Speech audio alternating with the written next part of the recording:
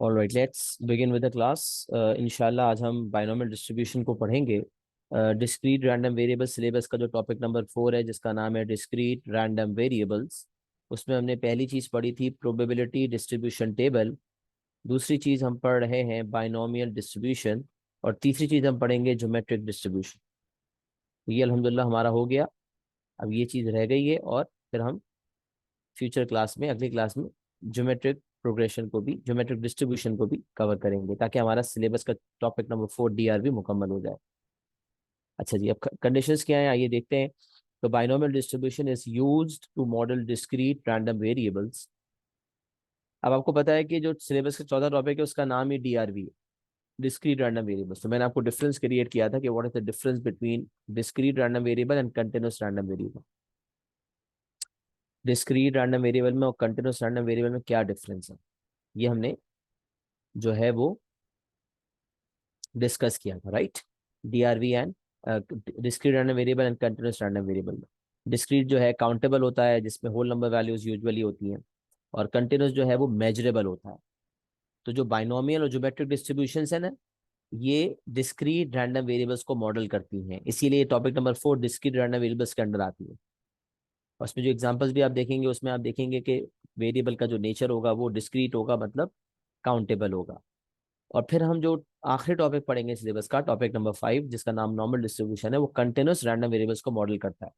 तो इस वक्त बाइनोमियल डिस्ट्रीब्यूशन के हवाले से पहली लाइन लिखी हुई है कि binomial distribution is used to model discrete random variables.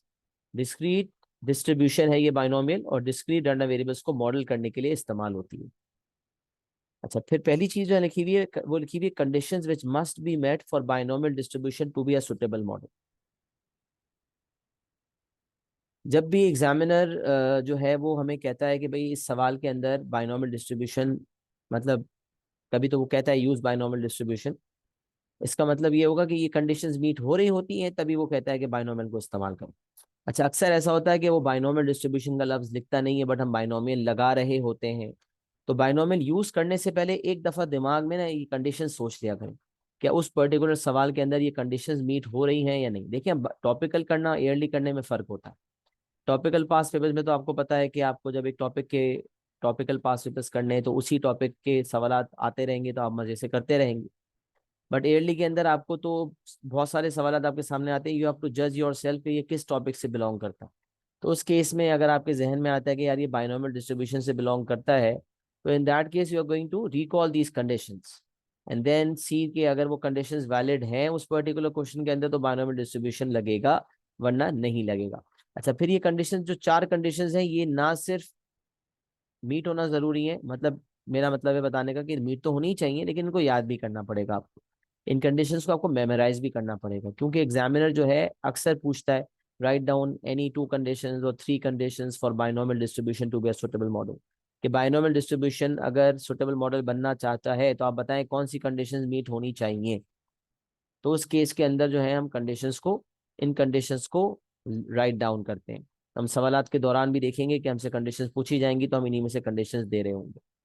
तो इसीलिए ये कंडीशंस हमें याद होनी चाहिए, ये हमारी फिंगर टिप्स पे होनी चाहिए। तो हमें इनको लिखना भी पड़ेगा, और अगर कभी हमें लगता है कि बाइनोमियल डिस्ट्रीब्यूशन का इस्तेमाल करना है, तो एक दफ़ा इसको रिकॉल भी करना होगा कि क्या तमाम कंडीशंस उस पर्टिकुलर केस में अप्लाई हो रही हैं या नहीं।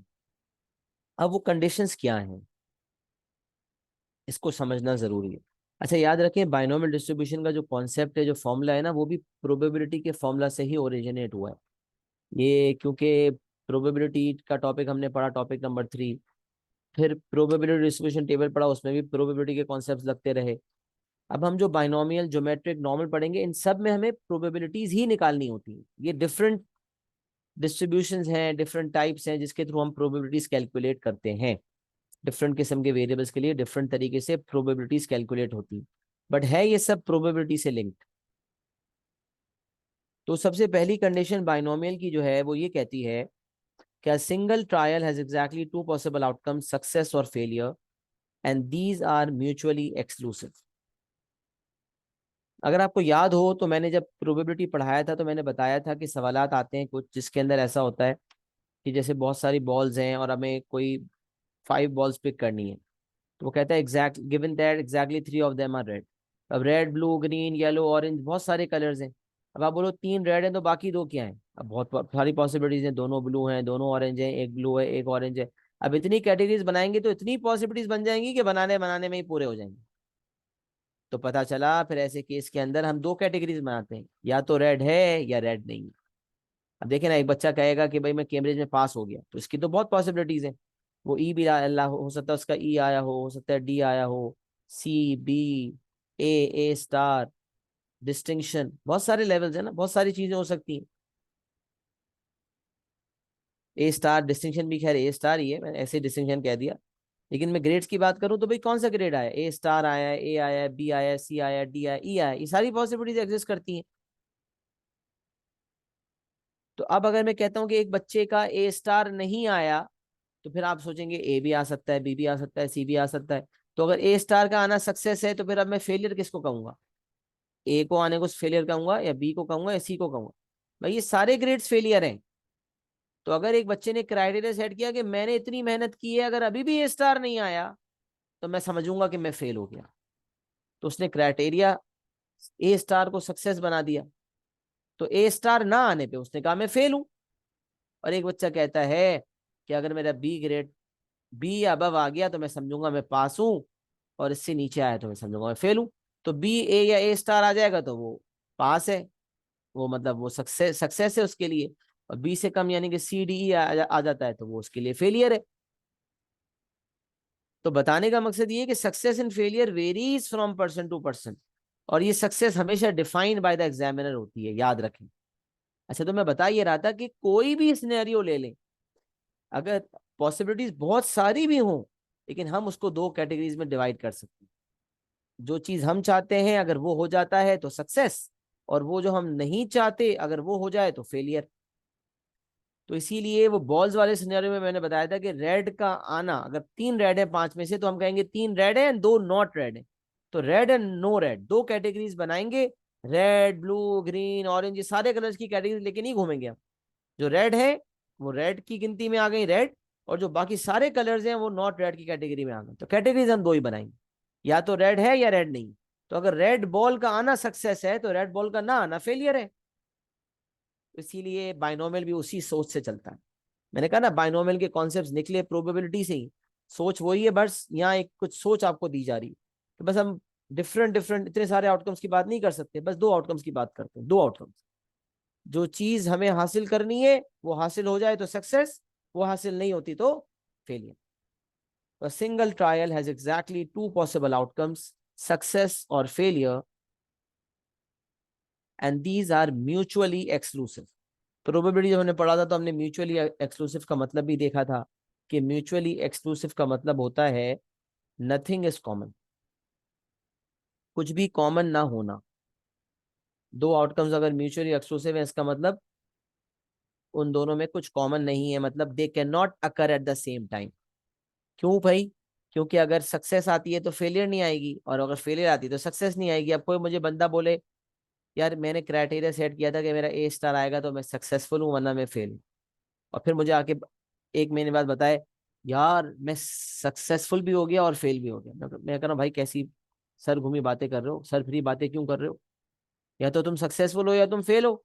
ग्रेड क्या है ये बताओ? तो कह रहा है यार ए ग्रेड आ गया।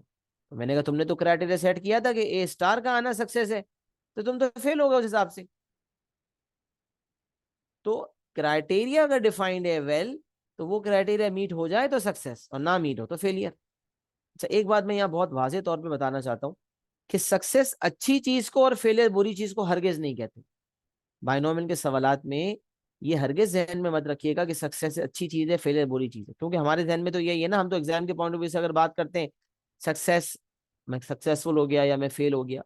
बट बाइनोमियल में सक्सेस और फेलियर अच्छी और बुरी चीज के हिसाब से डिसाइड नहीं होता, बल्कि जो बात एग्जामिनर मुझे बयान कर रहा है, जो जिस चीज की प्रोबेबिलिटी एग्जामिनर पूछ रहा है, वो मेरे लिए सक्सेस है, और उसके ऑपोजिट चीज मेरे लिए फेलियर है। तो सक्सेस, अब जैसे मिसाल मिसाल है, मैं एग्स ले रहा हूँ बास्केट से, और वो मुझे कह रहा है find the probability that if 10 eggs are chosen, exactly 5 of them are rotten या डिफेक्टिव, 10 में से 5 एग्जैक्टली रॉटन एग्स आ गए या डिफेक्टिव एग्स आ गए, तो अब डिफेक्टिव एग्स का आना सक्सेस है। डिफेक्टिव तो बुरी चीज होती है भाई, लेकिन डिफेक्टिव एग्स का आना सक्सेस है, क्योंकि एग्जामिनर कहता है find the probability that exactly 5 of them are defective या exactly 5 of them are rotten. तो खराब अंडों का जिक्र किया जा रहा है सवाल में, प्रोबेबिलिटी भी उसी कॉन्टेक्स्ट में खराब अंडों की पूछी जा रही है कि 5 अंडे खराब होने की क्या प्रोबेबिलिटी है आउट ऑफ 10। तो मैं समझ गया कि एग्जामिनर के नजदीक खराब अंडे का आना सक्सेस है और सही अंडे का आना फेलियर है। अब ये एग्जैक्टली ऑपोजिट हो गई बात कि अच्छी चीज तो हो ही नहीं सकती, डिफेक्टिव एग्स का आना कौन सी अच्छी चीज है, बट उसे सक्सेस इसलिए माना जा रहा है कि एग्जामिनर का सवाल पूछने का अंदाज मुझे ये बता रहा है कि डिफेक्टिव एग्स मेरे लिए सक्सेस है। तो इसीलिए सक्सेस और failure will be defined bye, success will be defined by the examiner. ये नोट फॉर्म में मैंने लिख दिया, सक्सेस एग्जामिनर बयान करेगा।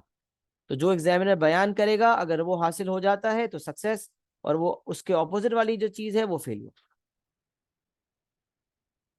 तो सक्सेस हमेशा एग्जामिनर बयान करता है, और सक्सेस और फेलियर म्यूचुअली एक्सक्लूसिव है। मैंने बता दिया कि अगर सक्सेस की चांसेस, मतलब सक्सेस अगर आ गई तो फेलियर नहीं आ सकती, और फेलियर आ गई तो सक्सेस नहीं आ सकती, दोनों एक साथ नहीं आ सकते बाहर, सक्सेस आएगी या फेलियर आएगा। इसीलिए यहाँ लिखा हुआ है म्यूचुअली एक्सक्लूसिव। तो exactly two possible outcomes which are mutually exclusive, condition number 1। Condition number 2 says a fixed number n of trials takes place. A fixed number of trials takes place. सिर्फ fix number of trials takes place भी condition में लिखा जा सकता है। N लिखना बताने का मकसद है कि एन जो है उस सवाल में लिखा हुआ होता है, एन मतलब number of trials. A fixed number of trials takes place. अब आप यहाँ देखेंगे, अब वो कहते हैं ना exactly one egg is chosen at random, find the probability that it is रॉटन या इट इज डिफेक्टिव। तो आप कहेंगे यार एक ही तो अंडा निकालना है, इसमें क्या कमाल है, इसमें बायनोमियल नहीं लग सकता। तो फिक्स नंबर ऑफ ट्रायल्स का मतलब है कोई भी जो ट्रायल, जो भी काम हो रहा है वो एक से ज्यादा दफा हो, मतलब अगर अंडों को उठा रहा है तो एक अंडा नहीं उठाएंगे, ज्यादा उठाएंगे, 5 उठाएंगे, 10 उठाएंगे, 15 उठाएंगे। या मिसाल है अगर डाई को फेंकना है, फेयर डाई, जो हमने देखा था कि डाइस प्लूरल को कहते हैं और डाई सिंगुलर को कहते हैं। अगर एक डाई को हमने रोल किया, हमारा क्राइटेरिया है ग्रेटर देन 5, ग्रेटर देन 4 का आना। तो ग्रेटर देन 4 का मतलब हो गया कि 5 या 6 आ जाए, ये बल्कि ये मिसाल भी मैंने यहाँ पर लिखी हुई है। तो ग्रेटर देन 4 का मतलब 5 या 6 आ जाए। तो 5 या 6 का मतलब क्या हुआ, 5 या 6 के आने के चांसेस कितने हो गए, ऑप्टिनियन नंबर ग्रेटर देन 4। तो फेयर डाई के अंदर जो है, ऑर्डिनरी फेयर डाई में 6 आउटकम्स होते हैं, 1 2 3 4 5 6। तो ग्रेटर देन 4 में 5 आ गया और 6 आ गया, 5 आ गया या 6 आ गया, तो 5 6 दो आउटकम्स हैं आउट ऑफ 6, तो 2/6। तो प्रोबेबिलिटी ऑफ सक्सेस हो जाएगी 2/6, सिंप्लीफाई होके हो जाएगा 1/3। एग्जामिनर क्योंकि नंबर ग्रेटर देन 4 की बात कर रहा है, तो 1/3 सक्सेस की प्रोबेबिलिटी हो जाएगी। अच्छा, सक्सेस की प्रोबेबिलिटी को पी कहा जाता है, फेलियर की प्रोबेबिलिटी को क्यू कहा जाता है, और पी और क्यू मिला के 1 के बराबर होते हैं। ऑलवेज रिमेम्बर, सक्सेस है या फेलियर है ही दो पॉसिबल आउटकम्स, दोनों पॉसिबल आउटकम्स की प्रोबेबिलिटी मिला के 1 ही होगा ना। तो p plus q will be equal to 1। तो अगर मुझे क्यू निकालना है तो it is going to be 1 minus p. सही है। तो P plus q equals 1 and Q equals to 1 minus p, इसीलिए यहाँ Q 1 माइनस पी लिखा हुआ। तो P is the probability of success and Q is the probability of failure. तो अब मैं बता ये रहा था, कंडीशन नंबर 2 पे मैं था, पहले कंडीशन ऊपर से वापस आता हूँ। पहली कंडीशन है कि टू पॉसिबल आउटकम्स हैं, सक्सेस और failure, and they are mutually exclusive. और जो सक्सेस की प्रोबेबिलिटी है, सक्सेस की प्रोबेबिलिटी जो है उसे P कहा जाता है, और जो फेलियर की प्रोबेबिलिटी है उसे Q कहा जाता है। अच्छा, ट्रायल्स क्या है, exactly a fix number of trials takes place. A fixed number of trials takes place मतलब कोई भी काम एक दफा नहीं हो रहा, एक से ज्यादा दफा हो रहा है। मैंने मिसाल भी दे दी कि डाई को फेंक रहे हैं तो एक दफा नहीं फेंक रहे, एक से ज्यादा दफा रोल किया जा रहा है। कॉइन को टॉस किया जा रहा है तो हेड्स या टेल्स आ रहा है, हेड्स के चांसेस, अगर हेड्स का आना सक्सेस है तो वो सक्सेस 1/2 हो गई, और फेलियर भी 1/2 ही होगी, जाहिर सी बात है क्योंकि दो ही आउटकम्स होते हैं। तो बट कॉइन को भी अगर हम टॉस टॉस कर रहे हैं, अ कॉइन इज टॉस, तो वो भी एक दफा नहीं, कई दफा, 5 दफा, 10 दफा, 15 दफा। तो ये फिक्स नंबर ऑफ ट्रायल्स का मतलब है। जो भी हो रहा है, अंडे उठा रहे हैं तो एक अंडा नहीं उठा रहे, 5 उठा रहे हैं, 10 उठा रहे हैं, 15 उठा, डाई फेंक रोल कर रहे हैं तो एक से ज्यादा। तो fix number of trials takes place, कई दफा काम होगा, और ये घंटी बजाने का सबब भी बनता है। बायनोमियल के सवाल की बड़ी इंपॉर्टेंट कंडीशन कहेगा वो, 7 days are chosen at random. उसकी मिसालें मेरे जहन में आ रही हैं कि भाई बारिश होने की प्रोबेबिलिटी किसी रीजन में 0.7 है। तो if 10 days are chosen at random, find the probability that it will rain on exactly 2 days, या मोर देन 2 days, या लेस देन 2 days। तो इसका मतलब बारिश का होना उस केस में सक्सेस है, और बारिश का ना होना मेरे लिए फेलियर। तो सवाल की चाल, एग्जामिनर की चाल खुद बताएगी कि सक्सेस क्या है और फेलियर क्या है, सवाल आपको खुद बताएगा। तो fix number of trials takes place, ये सेकंड कंडीशन हो गई। अच्छा, फिर थर्ड कंडीशन बहुत important, the outcome of each trial is independent of the outcome of all the other trials. Bracket में लिखा हुआ है कि शॉर्टकट में आप ये लिख सकते हैं that the trials are independent of each other, कभी कंडीशन लिखनी हो तो, क्योंकि आप शॉर्टकट्स जो है वो तो आप खुद भी जब आप जाएंगे सवालात करेंगे और मार्किंग स्कीम के आंसर्स को देखेंगे तो आपको पता चलेगा एग्जामिनर कम अल्फाजों में किस तरह से कंडीशंस लिख रहा है। तो ये चीज आप सीख जाएंगे इंशाल्लाह। तो अभी मैं जो बात बता रहा था वो ये बता रहा था कि हाँ, कंडीशन नंबर 3 जो पूरी लिखी हुई है, the outcome of each trial is independent of the outcome of all the other trials. इसका क्या मतलब, इंडिपेंडेंट आउटकम का क्या मतलब? तो इस कंडीशन का मतलब ये है कि भाई मिसाल ले लें आप एक्स की। अब बास्केट में ना बेशुमार अंडे, अगर अगर तो बास्केट में 30 अंडे हैं या 50 अंडे हैं, उसमें से अगर मैं ले रहा हूँ एक अंडा, तो जाहिर सी बात है प्रोबेबिलिटी चेंज होगी। अगर विदाउट रिप्लेसमेंट ले रहा हूँ तो फिर प्रोबेबिलिटी ऑफ, फिर जो है वो इंडिपेंडेंट नहीं है, क्योंकि अगर पहली दफा डिफेक्टिव आया है तो दूसरी दफा डिफेक्टिव आने की प्रोबेबिलिटी चेंज होगी। पहली दफा अगर सही अंडा आया है तो दूसरी दूसरी दफा डिफेक्टिव आने की प्रोबेबिलिटी कुछ और होगी। जब याद रखें, जब विदाउट रिप्लेसमेंट होता है ना, तो उसमें फिर इंडिपेंडेंस मीट नहीं हो जाती। अच्छा, मैं ये भी बता दूं कि third and fourth condition are very closely related. किताबों में भी ये बात लिखी है कि इन पे डिफरेंशिएट करना बाज़ औक़ात मुश्किल होता है, लेकिन ये अलग अलग हैं, लेकिन इसमें कुछ कनेक्शन जरूर है। क्योंकि अगर इंडिपेंडेंस होगी तो ही सक्सेस की प्रोबेबिलिटी कांस्टेंट भी होगी, या यूं समझ लें कि अगर सक्सेस की प्रोबेबिलिटी कांस्टेंट होगी तो ही इंडिपेंडेंस अचीव होगी। फोर्थ कंडीशन कह रही है the probability of success at each trial is constant. इसका क्या मतलब है भाई, कि अगर डिफेक्टिव एक्स के आने के चांसेस हैं, तो पहली दफा डिफेक्टिव उठाया जाए, दूसरी दफा उठाया जाए, या 10वीं दफा उठाया जाए, हर दफा डिफेक्टिव आने की प्रोबेबिलिटी सेम रहनी चाहिए। तो या तो ऐसे केस में वो कहता है large basket of eggs, in the from a large basket of eggs 5 eggs are chosen random. उसमें कोई हिसाब किताब ही नहीं है कि कितने अंडे, तो हमें कोई, हम अज्यूम कर रहे हैं कि उसमें सक्सेस की प्रोबेबिलिटी कांस्टेंट है डिफेक्टिव की। लेकिन ये भी हो सकता है कि अगर एक लिमिटेड एग्स है तो फिर मैं एग्स को चूज कर रहा हूँ विथ रिप्लेसमेंट। तो अगर एक डिफेक्टिव एग निकाला, और डिफेक्टिव मिसाल है 50 में से 10 है, तो 10/50 इज 0.2। अब वो डिफेक्टिव निकाल के वापस मैंने मिक्स कर दिया, फिर आंखें बंद करके मैंने डिफेक्टिव निकाला, इस तरह करते करते मैं विथ रिप्लेसमेंट डिफेक्टिव निकालता गया, तो हर दफा डिफेक्टिव की प्रोबेबिलिटी 10/50 ही होगी। तो याद रखें कि अगर उस तरह का कभी सिनेरियो आ जाए जो मैंने आपके सामने रखा, तो उस केस में फिर विथ रिप्लेसमेंट वाला सवाल होना चाहिए, क्योंकि अगर विदाउट रिप्लेसमेंट है तो फिर सक्सेस की प्रोबेबिलिटी कांस्टेंट नहीं होगी। सही है? तो विथ रिप्लेसमेंट अगर होगा तो ही सक्सेस की प्रोबेबिलिटी कांस्टेंट होगी, और अगर सक्सेस की प्रोबेबिलिटी कांस्टेंट होगी तो ही हर हर ट्रायल का आउटकम दूसरे ट्रायल के आउटकम से इंडिपेंडेंट होगा। तो ये दोनों कंडीशंस एक साथ ही एग्जिस्ट करती, एक एग्जिस्ट नहीं करेगी तो दूसरी भी एग्जिस्ट नहीं करेगी। क्योंकि अगर इंडिपेंडेंस नहीं है इसका मतलब सक्सेस की प्रोबेबिलिटी कांस्टेंट नहीं है, या सक्सेस की प्रोबेबिलिटी कांस्टेंट नहीं है इसका मतलब इंडिपेंडेंस नहीं, क्योंकि डिपेंडेंसी आ गई ना। क्योंकि विदाउट रिप्लेसमेंट तो आपको बताया था डिपेंडेंसी आती है कि पहले क्या निकला। अगर सेकंड दफा मैं पूछूंगा भाई क्या प्रोबेबिलिटी है बताओ, तो आप पूछोगे पहली दफा क्या आएगा, इसका मतलब डिपेंडेंसी है ना। तो ये दोनों कंडीशंस एक साथ एग्जिस्ट करती हैं, लेकिन लिखने की हद तक दोनों अलग अलग लिखी जाती है। तो थर्ड कंडीशन कह रही है the outcome of each trial is independent of the outcome of all the other trial. मतलब डाई को जब मैंने पहली दफा फेंका तो ग्रेटर देन 4 आने के चांसेस थे 2/6, सिंप्लीफाई होके 1/3। तो अब जब दूसरी दफा फेंकूंगा तो भी 1/3। अब ये डाई वाला सवाल तो ऐसा है, इसमें तो विथ रिप्लेसमेंट विदाउट रिप्लेसमेंट का चक्कर ही नहीं। काफी सारे सिनेरियोज ऐसे होते हैं जिसमें ये विथ विदाउट के चक्कर में पढ़ना ही नहीं होता। जैसे मैं कहा ना, in a winter season in a certain winter season in a certain region, if there is winter in a certain region, the probability of raining is 0.7. अभी इसने मुझे फिक्स करके बयान कर दिया कि बारिश होने के चांसेस 0.7 है। अब इसमें विद रिप्लेसमेंट विदाउट रिप्लेसमेंट का चक्कर नहीं है। बट जैसे मैंने आपको एक्स की मिसाल दी या कोई और मिसाल इस तरह के सामने आए, तो उस तरह की मिसालों में फिर आपने देखना होता है कि विद है या विदाउट। कुछ ना लिखा हो तो विदाउट होता है, और अगर विथ रिप्लेसमेंट लिखा हुआ हो तो फिर आप समझ जाएंगे कि सक्सेस की प्रोबेबिलिटी कांस्टेंट भी है और ट्रायल आपस में इंडिपेंडेंट भी। The outcome of each trial is independent of the outcome of all the other trials. मतलब डाई को पहली दफा फेंका तो ग्रेटर देन 4 आने के चांसेस अगर 1/3 है। मेरे 9 दफा मिसाल है, मैंने फेंका और 9 दफा मेरा ग्रेटर देन 4 आ गया, तब मैं पूछूंगा बताओ बच्चों 10वीं दफा क्या ग्रेटर देन 4 आने के चांसेस ज्यादा हैं? आप बोलेंगे नहीं सर, चांसेस तो वही है, ये तो तुक्का चल रहा है कि 9 दफा जो है ग्रेटर देन 4 आ गया। 10वीं दफा फेंकेंगे तो भी प्रिडिक्ट हम नहीं कर सकते कि ग्रेटर देन 4 ही आएगा, क्योंकि पास से कोई कनेक्शन है ही नहीं।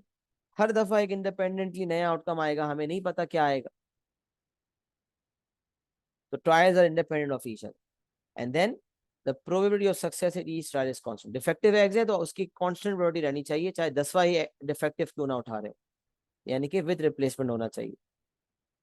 और बारिश होने के चांसेस अगर हैं तो फिक्स प्रोबेबिलिटी लिखी हुई होनी चाहिए कि भाई हर दिन बारिश होने के चांसेस यही। डाई को रोल करने की बात है तो भाई ग्रेटर देन 4 आने की प्रोबेबिलिटी सेम रहनी चाहिए, चाहे पहली दफा डाई को फेंक रहा हूं या 10वीं दफा। तो ये 4 कंडीशंस हो गई। Single trial has 2 possible outcomes which are mutually exclusive. Fixed number of trials takes place, that the outcome of the trials is independent of each other. Trials are independent of each other, matlab the outcome of the trials is independent of each other, and the probability of success at each trial is constant. ये 4 conditions हो। If the condition has 2 different conditions, then writing these 2 in the answer suffices. Yes, जी जी जी बिल्कुल accept होती हैं। अगर 2 condition वो मांगता है तो दोनों कंडीशन जो है डिफाइन होती हैं, बट मैं यही रिकमेंड करता हूँ कि आप अलग अलग दे दो। मतलब आप ऊपर वाली पहली वाली दे दो या दूसरी तरफ वाली दे दो और फिर तीसरी चौथी में से कोई एक दे दो, लेकिन वैसे लिखी हुई होती हैं, मैंने देखा है। दो चारों मतलब ये दोनों भी आप दे सकते हो, मसला नहीं। सही है, ये चीज़ इंशाल्लाह मजीद रीअश्योर भी हो जाएगी, रीअश्योरेंस मिल जाएगी when we are going to solve question. तो कंडीशंस तो भाई 4 है जो आपको पूरी तरह से याद होनी चाहिए, ये बात तो हमने कर ली। अच्छा, अब सवाल ये पैदा होता है कि अब बाइनोमियल का फॉर्मूला कैसे वर्क करता है, बाइनोमियल प्रोबेबिलिटी जो है वो कैसे कैलकुलेट करता है, विच इज़ वेरी इंपॉर्टेंट कि बाइनोमियल में प्रोबेबिलिटी की कैलकुलेशन कैसे होती है। तो इस लाइन को पढ़ते हैं। The random variable X which represents the number of successes in the n trials of an experiment has a probability distribution given bye. पहले ये समझने की, मैंने आपको डिस्क्रीट रैंडम वेरिएबल के टॉपिक में बताया था, sorry probability distribution table DRV के पहली कैटेगरी जो हमने पढ़ी थी, उसमें आपको ये सिखाया गया था कि the random variable X is will always be defined. अगर आपने सवालात भी प्रैक्टिस किए हैं तो उसमें आपको पता है कि हमेशा वो एक्स की डेफिनेशन देता था कि एक्स क्या है। कोई प्रैक्टिकल सवाल अगर आता था जैसे हमने किया था X is the number of geese chosen, इसी तरह वो हमेशा बताता था कि रैंडम वेरिएबल एक्स का क्या मतलब है, तो वो डिफाइन होता था रैंडम वेरिएबल एक्स। यहाँ पर याद रखें random variable X is predefined. We know that X means number of successes in the n trials. मतलब अगर ट्रायल्स 10 है और एक्स की वैल्यू एन की वैल्यू 10 है, मतलब और एक्स 3 है, एक्स 3 का मतलब ये है कि 10 में से 3 दफा मैं सक्सेसफुल हुआ हूँ, 7 दफा मैं फेल हुआ। अच्छा, लेकिन सक्सेस क्या है, तो success will be defined by the examiner. तो पहली कैटेगरी जो डिस्ट्रीब्यूशन टेबल वाली थी उसके अंदर वो डायरेक्ट एक्स को डिफाइन करता था। अब हमें पता है कि एक्स नंबर ऑफ सक्सेसेस को कहा जाता है। एक्स का मतलब fix number of trials n में से कितनी दफा सक्सेसफुल हुआ हूं, तो X is the number of successes in the n trials. But what is success, then that success will be defined by the examiner. तो घुमा फिरा के बात वही है कि आपको बयान किया जाएगा, एग्जामिनर बयान करेगा, बट सक्सेस को बयान किया जाएगा, और जिस सक्सेस को बयान किया जाएगा उसकी जो नंबर ऑफ वो कितनी दफा वो आई है वो हमारी एक्स की वैल्यू बन जाएगी। तो random variable X which represents the number of successes in the n trials of an experiment has a probability distribution given by. इसका फॉर्मूला क्या है, probability of x is equals to x. अच्छा, इसको भी जरा समझना जरूरी है। क्योंकि रैंडम वेरिएबल एक्स बहुत सारी वैल्यूज ले सकता है ना, ये तो हमने, बल्कि ये तो हमने पढ़ा हुआ था ना, डिस्ट्रीब्यूशन टेबल में हमने सीखा था, ये अंदाज होता है। तो find the probability that the random variable X takes the value x. तो कोई मिसाल है, एक्स स्मॉल एक्स की वैल्यू 1 है, मतलब number of successes 1, probability of X equals to 1। या स्मॉल एक्स की वैल्यू मिसाल है 2 है, तो probability of X equals to 2। या स्मॉल एक्स की वैल्यू मिसाल है 3 है, तो probability of X equals to 3। तो ये जो स्मॉल एक्स है ये स्पेसिफिक वैल्यू है, और ये जो कैपिटल एक्स है ये रैंडम वेरिएबल है। तो random variable is always denoted by a capital letter. ये बात आपको मैंने बताई थी कि random variable is always defined by a capital letter, लिहाजा ये एक्स जो है वो कैपिटल लेटर में रैंडम वेरिएबल लिखा जाएगा, और कोई स्पेसिफिक वैल्यू स्मॉल एक्स में बयान हुई है। तो probability that the random variable X takes the value x is n C x p power x q power N minus x. अच्छा पहले समझ लें बाइनोमियल का फॉर्मूला क्या पढ़ते थे हम P1 में, n C r a power N minus r b power r. और मैं वहां भी हमेशा जो है वो मेरी आदत है वहाँ, कभी मैं इस आदत को फॉलो करता हूँ कभी नहीं करता, लेकिन मुझे पर्सनली ये बड़ा अच्छा लगता है, n C r b r a power N minus r. ये जो एन के साथ नंबर लिखा हुआ है वही बी के ऊपर पावर बनती थी, और ए के ऊपर एन माइनस आर बनती थी। एग्जैक्टली इस चीज से ये वाली बात मैच हो रही। बल्कि 5 रुपए के कुछ सवाल मैंने जो करवाए होंगे वो इसी पैटर्न पे करवाए होंगे, सही है। लेकिन फॉर्मूला जो फॉर्मूला शीट में बाहर लिखा हुआ वो ये लिखा, n C r a power N minus r b power r. But मेरी प्रेफरेंस होती थी नीचे वाला, और जो मेरी प्रेफरेंस होती थी बाइनोमियल में भी फॉर्मूला इसी तरह बना। फर्क क्या आया ये देख लें, एन की जगह एन ही है, आर की जगह एक्स आ गया because X is the number of successes, b की जगह आ गया पी, और ए की जगह आ गया क्यू। बाकी आर की जगह तो एक्स आ चुका था, तो n minus r n minus x बन गया, और यहाँ आर की जगह एक्स आ चुका है तो ऊपर एक्स आ गया। एग्जैक्टली सेम फॉर्मूला है, बस क्या हुआ, आर की जगह एक्स आ गया, बी की जगह पी आ गया, और ए की जगह पे क्यू आ गया। अच्छा अब इसको समझ, कॉन्सेप्चुअली समझ भी ले। एन सी एक्स क्या मतलब, मिसाल है 10 दफा मैंने डाई को फेंका और सक्सेस 3 दफा आ गई, तो 10 C3, 10 में से 3 दफा सक्सेस आई है, p power 3, probability of success power में number of successes. Then failure 7 दफा आई है, तो q power 7, probability of failure number of failures. 10 में से 3 सक्सेसेस आई हैं, सक्सेस की प्रोबेबिलिटी और पावर 3 दफा, क्योंकि सक्सेस 3 दफा आई है तो सक्सेस की प्रोबेबिलिटी पे पावर 3 लग गई, क्योंकि फेलियर 7 दफा आई है तो फेलियर की प्रोबेबिलिटी पे पावर 7 लग गई। 10 C3 P power 3 Q power 7, very logical. Success की तादाद और फेलियर की तादाद मिला के टोटल नंबर ऑफ ट्रायल्स के बराबर बनना चाहिए। 3 दफा में सक्सेसफुल हुआ, 7 दफा में फेल हुआ, तो इसका मतलब टोटल ट्रायल्स 10 थे। 10 में से 3 दफा में सक्सेसफुल हुआ तो बाकी 7 दफा फेल हुआ, किसी भी तरह सोच लें। यही फॉर्मूला लिखा हुआ है, एन सी एक्स, एन में से एक्स सक्सेसेस हुई, p power x probability of success number of successes, q power N minus x, total n में से नंबर ऑफ सक्सेसेस माइनस कर देंगे तो नंबर ऑफ फेलियर्स आ जाएंगी, तो probability of failure number of failures, n C x p power x q power N minus x for x is equal to 0 1 2 3 dot dot dot till n. क्या मतलब, इस वाली बात का क्या मतलब, इसका ये मतलब है कि जब बाइनोमियल डिस्ट्रीब्यूशन का फॉर्मूला लगता है, उसकी प्रोबेबिलिटी डिस्ट्रीब्यूशन जो हमने लिखी हुई है उसको हम ये देखते हैं, उसमें हम ये देखते हैं कि एक्स की वैल्यू कम से कम क्या हो सकती है।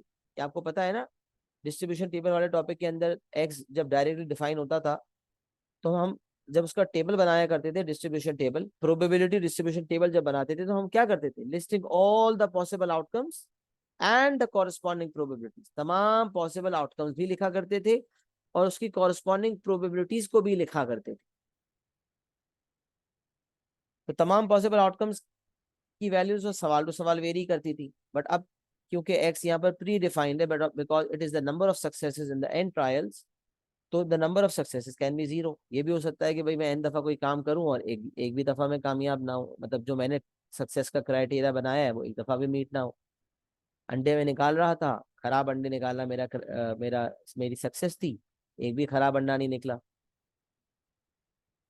मुझे ग्रेटर देन 4 चाहिए था, मैंने 10 दफा डाई को फेंका, एक दफा भी ग्रेटर देन 4 नहीं आया। इसका मतलब नंबर ऑफ सक्सेसेस 0 भी हो सकती हैं, 1 भी हो सकती हैं, और मैक्सिमम n तक जा सकती है। मतलब अगर n 15 है तो x can take any value from 0 till 15। Number of success 0 से 15 के दरमियान कुछ भी हो सकता है। तो लीस्ट कम से कम क्या हो सकता है कि भाई एक भी दफा में सक्सेसफुल ना हो। और अगर 15 ट्रायल्स है तो 15 का मतलब क्या हो सकता है कि भाई जितनी दफा मैंने काम किया उतनी दफा सक्सेसफुल हो। 15 अंडे निकाले, 15 के 15 दफा डिफेक्टिव निकल आया। 15 दफा डाई फेंका, इत्तेफाक से 15 की 15 दफा नंबर ग्रेटर देन 4 आ गया। सब हो सकता है, प्रोबेबिलिटी है, कुछ भी हो सकता है। तो पता चला नंबर ऑफ जो जो एक्स की वैल्यू है वो 0 से लेकर n तक कुछ भी हो सकती है। कम से कम 0, ज्यादा से ज्यादा n। और p सक्सेस की प्रोबेबिलिटी है, q फेलियर की प्रोबेबिलिटी है, और q 1 - p है, क्योंकि p+q = 1 है। ये बात बता दी और सक्सेस एग्जामिनर डिफाइन करेगा। पहले मुझे बताएं, यहाँ तक बात समझ आ रही है? अच्छा, एक बात मैं और मेंशन कर देता हूँ। पहले मुझे यहाँ तक एक्नॉलेजमेंट दे दीजिए। यहाँ तक जो मैंने बात समझाई है, क्या वो सबको समझ आ रही है? कोई यहाँ तक कोई कंफ्यूजन, कुछ पूछना तो नहीं है? कोई दिक्कत परेशानी तो नहीं है? मैंने तो बहुत आराम से स्लो मोशन में हर चीज़ बताई और पढ़ाई है।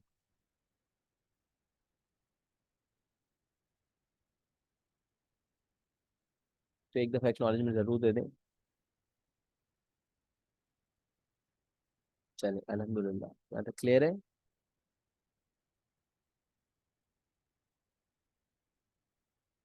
चलिए, मूविंग फॉरवर्ड। अब मैं एक बात बता रहा था कि ये जो बायनोमियल डिस्ट्रीब्यूशन का फॉर्मूला निकला है ना, ये निकला प्रोबेबिलिटी से ही है। कैसे, मैं आपको बताता हूँ। अब आपको पता है कि हमने सीखा था कि मिसाल है नॉर्मल प्रोबेबिलिटी के अंदर हमने सीखा था कि हम कॉम्बिनेशन वाली अप्रोच भी लगा सकते हैं। अच्छा, जो हमने प्रोबेबिलिटी में कॉम्बिनेशन वाली अप्रोच सीखी थी ना, वो और ये प्रोबेबिलिटी में जो हमने दो अप्रोचेस सीखी थी, एक नॉर्मल प्रोबेबिलिटी अप्रोच और एक कॉम्बिनेशन बेस्ड अप्रोच। कॉम्बिनेशन वाली जो अप्रोच है ना, उसको ना कुछ सवाल ऐसे होते हैं जिसमें बच्चे कॉम्बिनेशन वाली अप्रोच लगानी होती है, बायनोमियल लगा लेते हैं। और बायनोमियल लगाना होता है तो वो वाली अप्रोच लगा लेते हैं। आपको पता है क्या फर्क है उन दोनों में? जो कॉम्बिनेशन वाली अप्रोच सीखी थी ना कि 5 रेड है तो 5 में से 3 रेड ले लिए, और नॉन रेड अगर मिसाल 15 है तो उसमें से 2 ले लिए, और टोटल 20 में से कोई भी 5 ले लिए। याद है हमने ये सीखा था? और इसकी कंडीशन ये थी कि सवाल विदाउट रिप्लेसमेंट होना चाहिए और ऑर्डर डिफाइंड भी नहीं होना चाहिए, कोई ऑर्डर मखसूस ऑर्डर स्पेसिफाइड ना हो, और विदाउट रिप्लेसमेंट होना चाहिए। तो भाई ये लगता ही तब है जब विदाउट रिप्लेसमेंट, जबकि बाइनोमियल सिर्फ तब लगता है जब विद रिप्लेसमेंट। जहन में बिठा लें, बहुत ही अहम कंडीशन है ये, सक्सेस की प्रोबेबिलिटी कांस्टेंट वाली या इंडिपेंडेंस वाली कंडीशन, जो कि मैंने कहा इंटरलिंक्ड है काफी। तो ये विद रिप्लेसमेंट वाली चीज ना डिफरेंशिएटिंग फीचर होती है। कभी भी बाइनोमियल लगा रहे हो ना, तो कंडीशन देख लें कि सक्सेस की प्रोबेबिलिटी कांस्टेंट है या नहीं, क्योंकि ये की कंडीशन होती है। देखो, फिक्स नंबर ऑफ ट्रायल्स तो होंगे, ये तो कॉमन सेंस है। दो पॉसिबल आउटकम्स हैं, ये भी आपको समझ आ रहा होगा। एक चीज है, जो चीज की बात हो रही है वो, या उसके अलावा कुछ। फिर एंड में जब फाइनली फॉर्मूला लगा रहे हो ना, तो एक चीज जरूर देख लिया कर। मैं इसलिए आपको बताता हूँ कि आप टॉपिकल थोड़ी ना करते रहेंगे हमेशा, आप तो ईयरली करेंगे, तो उसमें आपको डिसाइड करना होगा। उसमें कंफ्यूजन हो सकती है। तो उसमें भी एक क्राइटेरिया आपने ये डिफाइन करना है कि भाई अगर तो विथ रिप्लेसमेंट है तो बाइनोमियल का ये वाला फॉर्मूला लगेगा, और अगर विदाउट रिप्लेसमेंट है तो वो जो प्रोबेबिलिटी में कॉम्बिनेशन बेस्ड अप्रोच सीखी थी वो लगेगी। सवाल का सिनेरियो दोनों केसेस में बिल्कुल सेम बन सकता है, बस एक फैक्ट, सक्सेस की प्रोबेबिलिटी कांस्टेंट का होना या ना होना, इसकी वजह से हमारी मेथोडोलॉजी में फर्क आ जाता है। तो ये कंडीशंस बहुत इंपॉर्टेंट है। अच्छा, अब मैं कह रहा था कि ये बाइनोमियल का ये फॉर्मूला निकला कैसे? तो ये नॉर्मल प्रोबेबिलिटी से निकला। तो हम सीखते थे ना कि भाई अगर 2 रेड हैं और 3 नॉट रेड हैं, not red not red not red, तो हम एक दफा प्रोबेबिलिटी निकाल के फिर 5 factorial upon 2 factorial into 3 factorial से मल्टीप्लाई किया करते थे। डबल आर एंड 2 दफा आर एंड 3 दफा नॉट आर। इसको अगर हम रीअरेंज करें तो ये हो जाएगा 5 factorial divided by 2 factorial into 3 factorial. इससे हम मल्टीप्लाई करके डिवाइड किया करते थे, है ना? यही काम यहाँ पे भी तो हो रहा है। अगर 2 सक्सेस है और 3 फेल, बल्कि मैंने 3 सक्सेस लिखी हुई, 3 सक्सेस है या 2 फेलियर है, या 2 सक्सेस होती है और 3 फेलियर होता, दोनों केसेस में कैलकुलेशन का आंसर सेम ही होता। लेकिन बताने का मकसद है कि 3 दफा पी और 2 दफा क्यू है, तो आपने समझने एक स्पेसिफिक ऑर्डर के अंदर प्रोबेबिलिटी निकाल ली, p p p q q, ये एक ऑर्डर हो गया। तो आपको पता है कि भाई 3 सक्सेसेस अगर आ रही हैं तो किस ऑर्डर में आ रही है? क्या पहले 3 सक्सेस है फिर 2 फेलियर है, या पहली दूसरी और चौथी सक्सेस है, या पहली दूसरी और पांचवी सक्सेस है, या आखिरी 3 सक्सेस है? बहुत सारे केसेस हो सकते हैं। तो हमने पहला ऑर्डर लिख लिया, लगातार 3 सक्सेस और 2 फेलियर, एक ऑर्डर लिख लिया। फिर उसके बाद हमें पता है कि यार ये तो किसी भी ऑर्डर में हो सकती है, तो हमने कहा टोटल कितने हैं भाई, 5 फैक्टोरियल, और पी 3 दफा तो 3 फैक्टोरियल, और क्यू 2 दफा तो 2 फैक्टोरियल। तो याद रखिए ये वाली जो चीज है ना, इसी को एग्जामिनर 5C3 कहता है। अच्छा, फिर लिंक कैसे है कि एनसीआर का फॉर्मूला अगर आपके जहन में हो, बाइनोमियल में पढ़ाया था, तो एनसीआर का फॉर्मूला होता है n factorial upon n minus r factorial into r factorial. इसका मतलब 5C3 को भी अगर खोलेंगे तो 5 फैक्टोरियल अपॉन 5 माइनस 3 फैक्टोरियल यानी कि 2 फैक्टोरियल डिवाइडेड बाई 3 फैक्टोरियल। तो जो एनसीआर का फॉर्मूला है उसके मुताबिक यही तो बनेगा। तो प्रोबेबिलिटी में हमने आपको बताया था ये, बल्कि प्रोबेबिलिटी के सवालात भी जब आते हैं तो उसमें भी इसकी जगह पे अक्सर मार्किंग स्कीम में 5C3 लिखा होता है। उस वक्त अगर आप मार्किंग स्कीम में ये चीज देखते तो आपको कंफ्यूजन ज्यादा होती, यार ये क्यों लिखा है 5C3, मेरा तो ये आ रहा है। अब समझ लें कि 5C3 इसी चीज को कहा जा रहा है, ये 5C3 का एक्सपैंडेड वर्जन। तो हम बाइनोमियल में एक्सपैंडेड वर्जन नहीं लिखते, ये वाला वर्जन लेते हैं, और जो नॉर्मल प्रोबेबिलिटी हम करते हैं उसके अंदर हम ये एक्सपैंडेड वर्जन लेते हैं। बट वहां पर भी अगर कोई 5C3 लिख देता है तो उसको कोई प्रॉब्लम नहीं होगा और मार्क्स उसको पूरे मिल जाएंगे। तो बॉटम लाइन की ये जो एनसीआर वाली चीज निकली है ये नॉर्मल प्रोबेबिलिटी से ही निकली है, जो हेरा फेरी वाली चीज है कि ऑर्डर आगे पीछे करना होता है, उसकी कॉन्सेप्ट से ये चीज निकली है। तो ये बात भी मैंने मजीद बयान कर दी कि अगर 5 में से 3 सक्सेसेस हैं तो 5C3। क्यों भाई, क्योंकि 3 सक्सेसेस हैं तो P⁻3 Q⁻2 है कि 3 सक्सेस 2 फेलियर, बट किस ऑर्डर में नहीं पता, ऑर्डर इज नॉट डिफाइंड। है ना, पहले 3 सक्सेस हैं और फिर पहले 3 दफा डाई में ग्रेटर देन 4 आया और फिर आखिरी 2 दफा जो है नॉट ग्रेटर देन 4 आया, तो ये मतलब ऑर्डर स्पेसिफाइड हो गया। फिर जब ऑर्डर स्पेसिफाइड हो गया तो फिर वो है ही नहीं विदाउट रिप्लेसमेंट।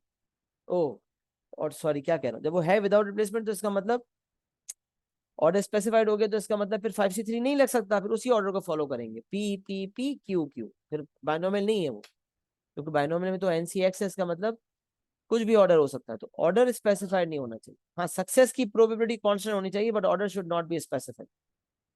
नॉर्मल प्रोबेबिलिटी में कॉम्बिनेशन बेस्ड अप्रोच में हम कहते थे order should not be specified and success की probability should not be constant, क्योंकि मैंने कहा था विदाउट रिप्लेसमेंट है, विदाउट रिप्लेसमेंट है, तो सक्सेस की प्रोबेबिलिटी कांस्टेंट नहीं होती वहां पर।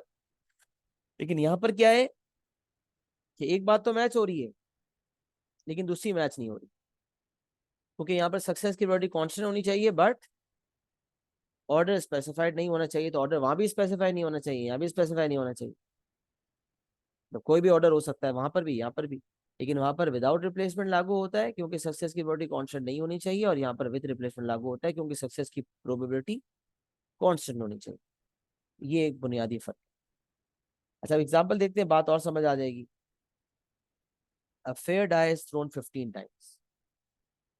Find the probability of obtaining a number greater than 4 exactly twice.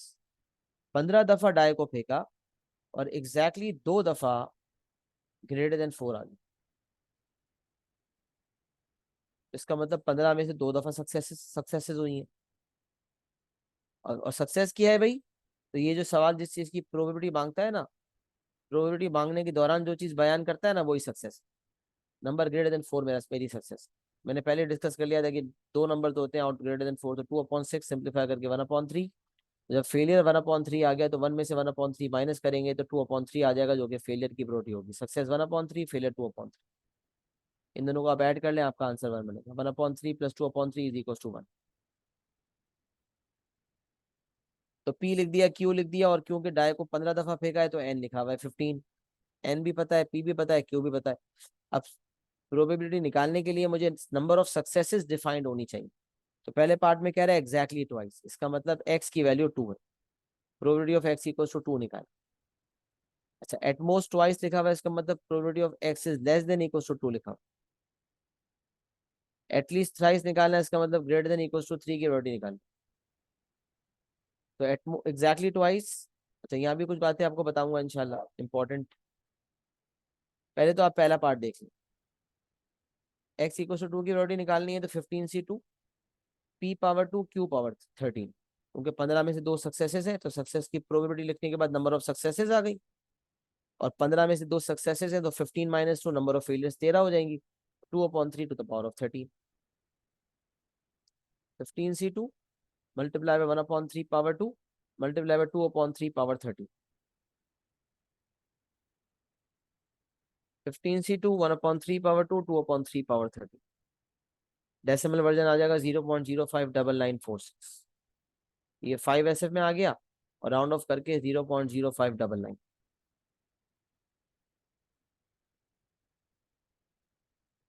सही है। 3SF में आपको फाइनल आंसर देना होता है, तो वर्किंग 5SF में करनी होती है कि कभी इस पार्ट का आंसर किसी पार्ट में यूटिलाइज हो तो 5SF वर्जन लिखा हुआ होना चाहिए ताकि उसको हम फॉलो करें। बट फाइनल आंसर जब हम दे रहे होंगे तो उसको हम 3SF में दे रहे होंगे। सही है। 0.0599। तो एग्जैक्टली ट्वाइस के अंदर एक्स की वैल्यू 2 है। 15c2 p/2 q/13 कैलकुलेशन की, p और q डिफाइंड थे, n पता था, तो हमारे पास आंसर आ गया। तो कह रहे एटमोस्ट ट्वाइस, तो एटमोस्ट का मतलब ज्यादा से ज्यादा, तो एटमोस्ट ट्वाइस का मतलब less than equals to 2। Probability of x is less than equals to 2। तो X is less than equals to 2 की प्रोबेबिलिटी अगर आपको निकालनी है तो आप जो है वो प्रोबेबिलिटी निकालोगे X equals to 0 1 and 2। Less than equals to 2 का मतलब 0 भी हो सकता है, 1 भी हो सकता है, 2 भी हो सकता है। तो 0 की अलग निकलेगी, 1 की अलग निकलेगी, 2 की अलग निकलेगी और ऐड हो जाए। तो यहाँ एक बात और बतानी थी कि मल्टीप्लाई का साइन अगर आप नहीं भी लिखते, जैसे वर्किंग के अंदर आप मल्टीप्लाई का साइन नहीं लिखते, 15c2 1/3 स्क्वायर 2/3 लेकिन कैलकुलेशन करते हुए एक कैलकुलेटर के अंदर 15c2 के बाद मल्टीप्लाई का साइन जरूर डालिएगा। क्योंकि अगर आप 15c2 के बाद डायरेक्ट ये लिख देंगे तो वो जो 2 है ना सी के बाद, उसके साथ इसको कंसिडर कर लेगा और मैथ एरर दिखा देगा। लिहाजा आप 15c2 के बाद मल्टीप्लाई का साइन जरूर डालें, फिर आप p/2 और फिर बेशक मल्टीप्लाई का साइन ना डालें, ब्रैकेट 2/3 power 13, लेकिन 15c2 लिखने के बाद मल्टीप्लाई का साइन कैलकुलेटर पे जरूर डालें। ये हर जगह, जैसे यहाँ पे 15c0 इंटू दिस, या 15c1 मल्टीप्लाई बाय दिस, या 15c2 मल्टीप्लाई बाय दिस, ताकि आपकी कैलकुलेशन हो, वरना मैथ एरर आ जाएगा।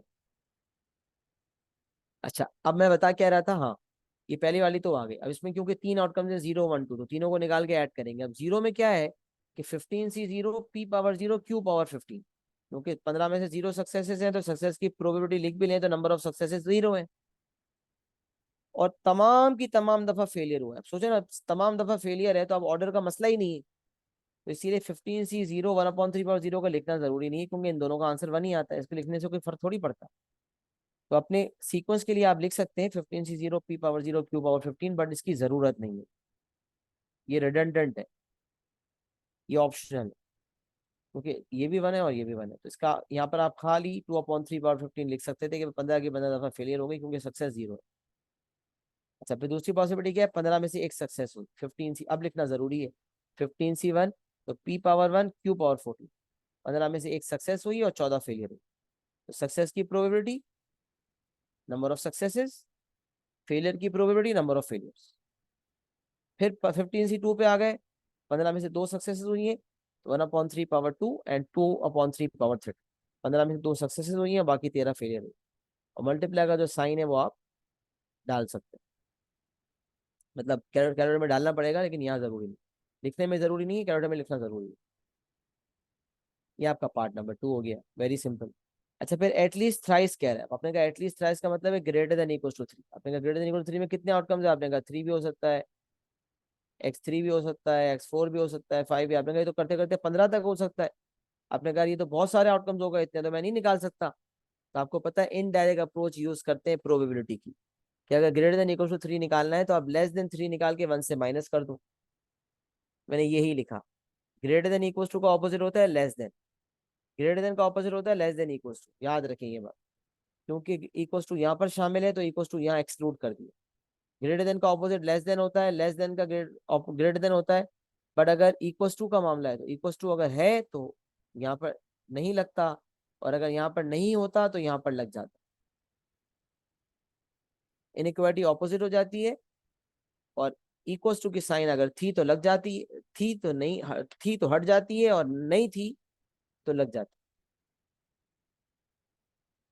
तो इसीलिए यहाँ पर क्योंकि ग्रेटर देन इक्वल 3 में 3 से 15 तक हमने कहा इतना लंबा कौन चले, तो उस केस के अंदर फिर आप उल्टा चलते।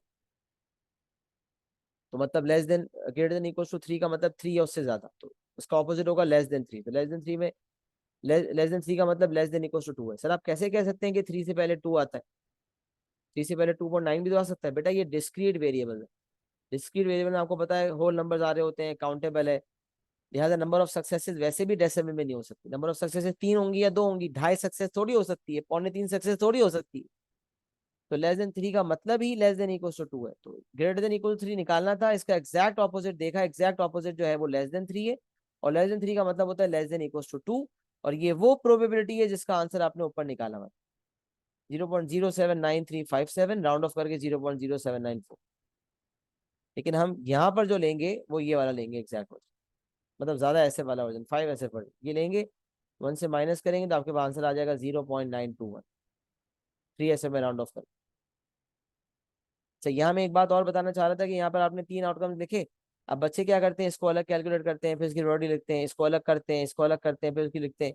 ये लंबा काम है, जरूरी नहीं। अगर आपने ये आउटकम सारे लिख दिए, मेथड के मार्क्स भी मिल गए, एक्यूरेसी के भी कुछ मार्क्स एक होगा तो वो मिल गया, उसके बाद आपने कैलकुलेटर में भी एक साथ आप कैलकुलेशन कर सकते हैं। चाहो तो अलग अलग भी कर सकते हो, बट इसका आंसर 5 ऐसे में अलग लिखोगे, इसका 5 ऐसे में अलग लिखोगे, इसका 5 ऐसे में अलग लिखोगे। कैलकुलेशन करना भी मुश्किल, टाइम कंज्यूमिंग भी और मेहनत भी। तो दूसरा ऑप्शन ये है कि आप डायरेक्ट कैलकुलेटर पे टाइप करो, ये पूरा टाइप करो प्लस ये पूरा टाइप करो प्लस ये पूरा टाइप करो, मल्टीप्लाई की साइन डाल देना बीच बीच। इस हिसाब से आप कैलकुलेशन करोगे तो आपके पास डायरेक्ट आएगा 0.079357। इससे भी ज्यादा एक्यूरेसी आएगी, बट मैंने 5 एस एफ ली क्योंकि वर्किंग मेरे लिए 5 एस एफ में काफी है। और फिर इसी वैल्यू को 3 एस एफ में आंसर राउंड ऑफ करके दे दिया, 0.0794। तो पार्ट 2 में directly less than equal to 2 direct निकल सकता था क्योंकि कम आउटकम्स थे, और पार्ट 3 में क्योंकि बहुत सारे आउटकम्स थे तो इनडायरेक्ट का प्रोसेस इस्तेमाल किया, ग्रेटर देन इक्वल टू 3 निकालने के लिए लेस देन 3 निकाल के 1 से माइनस कर दिया। और लेस देन 3 क्योंकि लेस देन इक्वल टू 2 के बराबर है, जो ऑलरेडी पार्ट 2 में निकाल चुके थे, उसी को यूटिलाइज करते हुए हमारे पास उसी को यूटिलाइज किया, 1 से माइनस किया, तो हमारे पास आंसर आ गया 3 एस एम में 0.92 का। इस एग्जाम्पल को नोट्स में कॉपी भी कर लें और एक एक्नॉलेजमेंट भी दे दें कि क्या यहाँ तक बात सारी समझ आ रही है। Is it clear to everyone? Anything that you would want to ask?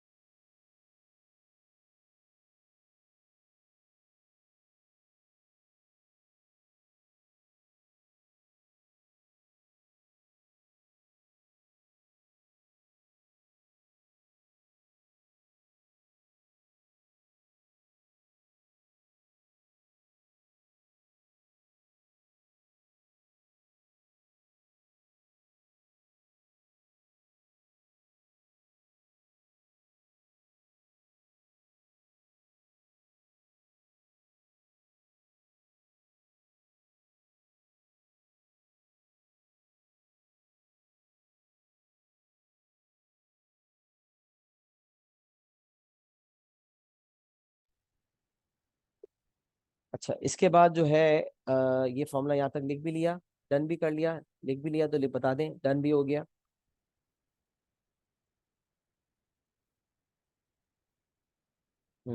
Okay great.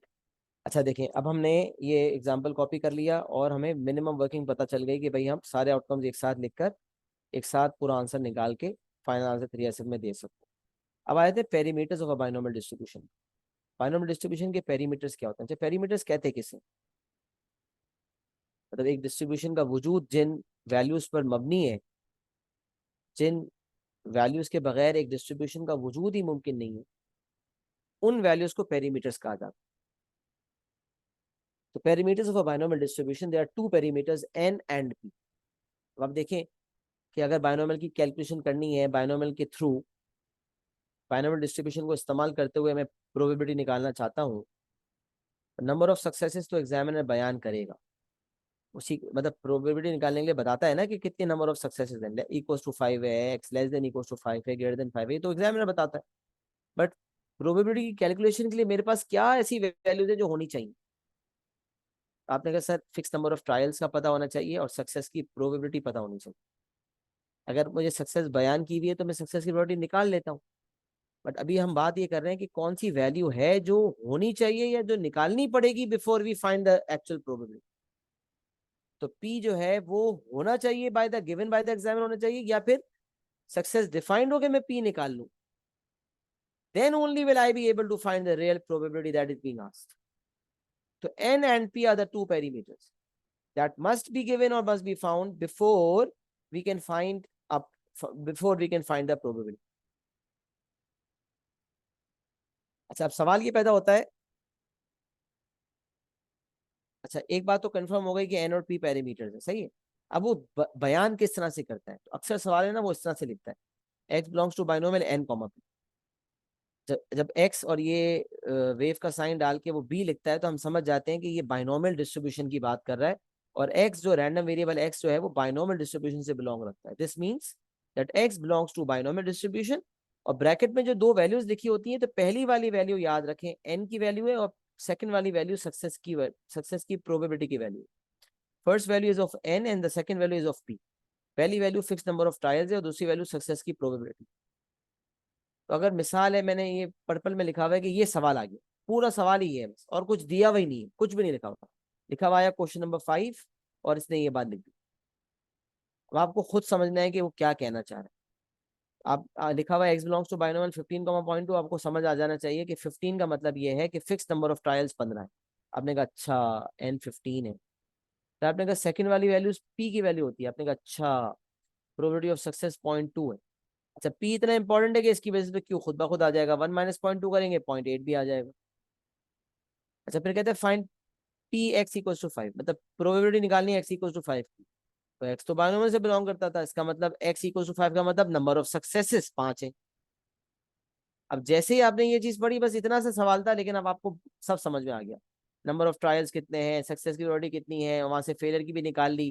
फिर एक्स इक्वल टू 5 का मतलब क्या चांसेस हैं कि 15 में से नंबर ऑफ सक्सेसेस 5 आए। तो आपने कहा कोई मसला ही नहीं, बाइनोमियल का फॉर्मूला है 15C5 P⁻5 Q⁻10। 15 में से 5 सक्सेसेस हैं, तो जो सक्सेस की प्रोबेबिलिटी है उसकी पावर 5 हो गई। और क्योंकि 15 में से 5 सक्सेसेस है तो 15 माइनस 5 नंबर ऑफ फेलियर्स 10 होंगी, तो फेलियर की प्रोबेबिलिटी नंबर ऑफ फेलियर्स। तो सवाल बताने का मकसद ये है कि सवाल जो है छोटा सा सवाल था, लेकिन आपका काम जो है वो आपको समझ आ गया कि आपको करना क्या।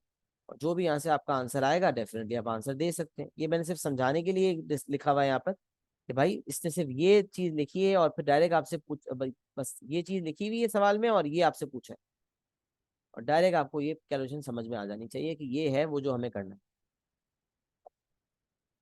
तो दो पैरामीटर्स हैं एन एंड पी, और बयान करने का तरीका ये है कि जब ब्रैकेट फॉर्म में दिया जाता है तो पहली वैल्यू एन की होती है, दूसरी पी की वैल्यू होती है। पी की बेसिस पे क्यों निकलता है, और जो भी कैलकुलेशन करने का बोलता है वो बहुत आसानी से निकल जाता है। अच्छा फिर expectation and variance of a random variable with a binomial distribution. अब एक्सपेक्टेशन याद रखें, it is a new terminology for mean. Formula sheet में भी म्यू करके लिखा हुआ है, ये देख। हमने जो फॉर्मूला देखे थे उसमें अनग्रुप डाटा का मीन और ग्रुप डाटा का मीन दिया हुआ है। स्टैंडर्ड डेविएशन का फॉर्मूला, दोनों फॉर्मूला अनग्रुप डाटा के और दोनों फॉर्मूला ग्रुप डाटा के भी दिए हुए। और डीआरवी जो हमने शुरू किया था उसमें हमने प्रोबेबिलिटी डिस्ट्रीब्यूशन टेबल बनाया था, तो sigma x P P x मतलब हर आउटकम को कॉरेस्पॉन्डिंग प्रोबेबिलिटी से मल्टीप्लाई करके सिग्मा करना था। ये भी फॉर्मूला हमने देखा था, इस तरह से लिखा हुआ था sigma X probability of X equals to X. Outcome लेंगे और कॉरेस्पॉन्डिंग प्रोबेबिलिटी को उससे मल्टीप्लाई करेंगे, यही चीज इस फॉर्म में लिखी हुई। वेरिएंस के लिए लिखा था sigma x square this minus expectation of x का होल स्क्वायर। यहाँ भी यही है, सिग्मा एक्स स्क्वायर पी लिखा हुआ है, खाली तो प्रोबेबिलिटी को खाली पी लिखा हुआ है, और उसमें से मीन का स्क्वायर माइनस किया हुआ है। तो मीन और वेरिएंस के फॉर्मूलाज आपके सामने बिल्कुल वाजे तौर पे मेंशन हुए हैं। मीन को, मीन का फॉर्मूला होता है सिग्मा एक्स पी, और यहाँ पर होता है sigma x square P minus expectation का स्क्वायर। अच्छा जी, अब मैं बात क्या कर रहा था कि एक्सपेक्टेशन जो है बाइनोमियल में उसका फॉर्मूला एन पी है। तो मैं यहाँ बता रहा था कि बाइनोमियल में देखिए म्यू लिखा हुआ, क्योंकि मीन को वो एक्सपेक्टेशन मीन का दूसरा नाम है, याद रख। कोई मिसाल है, आपके 5 टेस्ट हुए स्कूल में और आपका एवरेज स्कोर आया 70%। अब कोई बंदा जो है वो आपकी परफॉर्मेंस को 6 वाले टेस्ट में प्रिडिक्ट करना चाहता है, तो वो क्या प्रिडिक्ट करेगा? कहेगा यार ये बच्चा 70% है, इसकी एवरेज परसेंटेज 60%, 70% है, तो इसका मतलब अभी भी इसके 70% मार्क्स आएंगे। ये एक्सपेक्टेशन होगी उसकी, सही है ना? अब वो एक्सपेक्टेशन सही हो या गलत हो सकती है। ये तो अभी पेपर आप देने जा रहे हो, उसकी आपकी तैयारी बहुत ही आला है, 90 या 100% भी ला सकते हो। आपकी तैयारी बहुत ही घटिया है तो 40-50% भी आ सकते हैं, फेल भी हो सकता है, इससे भी नीचे आ सकता है। तो एक्सपेक्टेशन ही रहती है, मीन तो मीन ही रहता है। एक्चुअल से डेविएशन अपनी जगह बरकरार रहती है, बट एक्सपेक्टेशन का मतलब मीन होता है, क्योंकि एक्सपेक्टेशन एवरेज को ही कहते हैं मीन। अब बायोमेल का फॉर्मूला कहते हैं कैसे लिखा हुआ है, मैंने एन सी एक्स लिखा हुआ था ना, वो एक्स की जगह आर लिख रहा है, उसकी मर्जी है। तो मैं एन सी, वो जो बायोनोमियल में हम देखते थे N C R P A power N minus R P power R, ये उसी को फॉलो करते हुए आर लिख रहा है यहाँ पे। हमने नंबर ऑफ सक्सेसेस को एक्स कहा है बाहर, वो ज्यादा समझ आता है, किताबों में भी एक्स ही लिखा है, फॉर्मूला शीट में आर लिखा हुआ है, मर्जी है उसकी। तो प्रोबेबिलिटी निकालो कि एक्स की वैल्यू आर है, तो वो कैसे निकलेगी? N C R P power r, success की probability, number of successes, failure की प्रोबेबिलिटी, 1 माइनस पी लिखा है, क्यू नहीं लिखा है, इसको हम क्यू कहते हैं, Q power N minus R. तो हमारा फॉर्मूला इससे बेहतर फॉर्म में लिखा हुआ है। अच्छा, मीन एक्सपेक्टेशन को कहते हैं, तो एक्सपेक्टेशन का फॉर्मूला होता है एनपी, और वेरिएंस का जो फॉर्मूला होता है that is n P q. 1 minus p की जगह हम लिखेंगे क्यू। तो mean is n p and variance is n P q.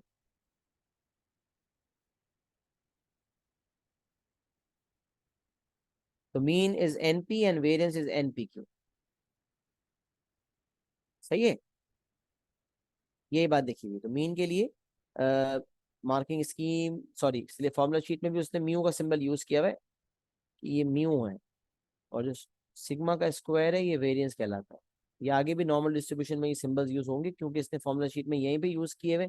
तो मैं इसलिए इसकी जगह मीन और इसकी जगह सिग्मा स्क्वायर लिखा हूँ। तो यही चीज मैंने यहाँ लिख दी है, सही है? कि मीन आपका एनपी है, वेरिएंस एनपी क्यू। अच्छा, कॉन्सेप्चुअली मीन तो बहुत आसानी से समझ भी आता है। कैसे समझ आता है? देखिए मिसाल है, एन आपका जो है वो 100 है, एन 100 है, और सक्सेस जो है वो 0.2 है। तो अब सोचें, एक दफा सक्सेसफुल होने के चांसेस 20% है। तो अगर 100 दफा कोई ट्रायल परफॉर्म होता है तो आपको क्या लगता है कितने कितने दफा आप सक्सेसफुल होगे? अब कहोगे यार हर दफा सक्सेसफुल होने के चांसेस 20% है, तो इसका मतलब 100 दफा करने पे भी 20% सक्सेसेस होंगी। तो 20% को आप 100 से मल्टीप्लाई कर दोगे, यानी कि 0.2 को आप 100 से मल्टीप्लाई कर दोगे, तो 100 को 0.2 से करोगे, आंसर 20 आ जाएगा। तो यही तो फॉर्मूला है एक्सपेक्टेशन का, एनपी।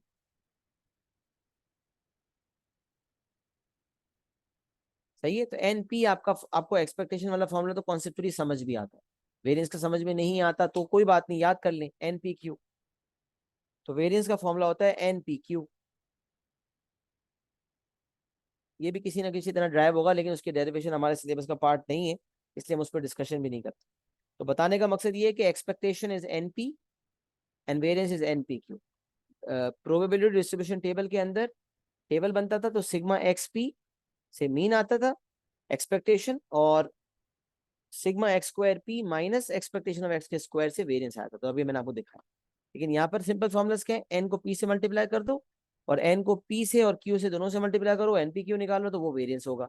मतलब स्टैंडर्ड डेविएशन निकालनी होगी तो रूट ऑफ एनपी क्यू हो जाएगा। अगर मिसाल है किसी को स्टैंडर्ड डेविएशन निकालना हो तो that is going to be root of n p q. तो एनपी एंड एनपी क्यू। अच्छा, एक बात और लिखी हुई है, note, if the question asks us to find the expected value और uses the word expect, the formula for expectation must be use. एक चीज आप जहन में रखें, जब वो एक्सपेक्टेशन पूछना चाहता है ना, तो वो ये नहीं कहता find the expectation, find the mean. कभी कहता है how much would you expect if this happens 100 times, 200 times. तो ये होता है ना, how much do you expect, या find the expected value. Expect का वर्ड आपको नजर आ जाए ना, तो आप समझ जाइएगा आपसे मीन पूछा जा रहा है। बस ये जहन में रखें। एक्सपेक्ट का अगर लफ्ज आपको नजर आ रहा है ना, तो आप समझ जाए आपसे मीन पूछा जा रहा है।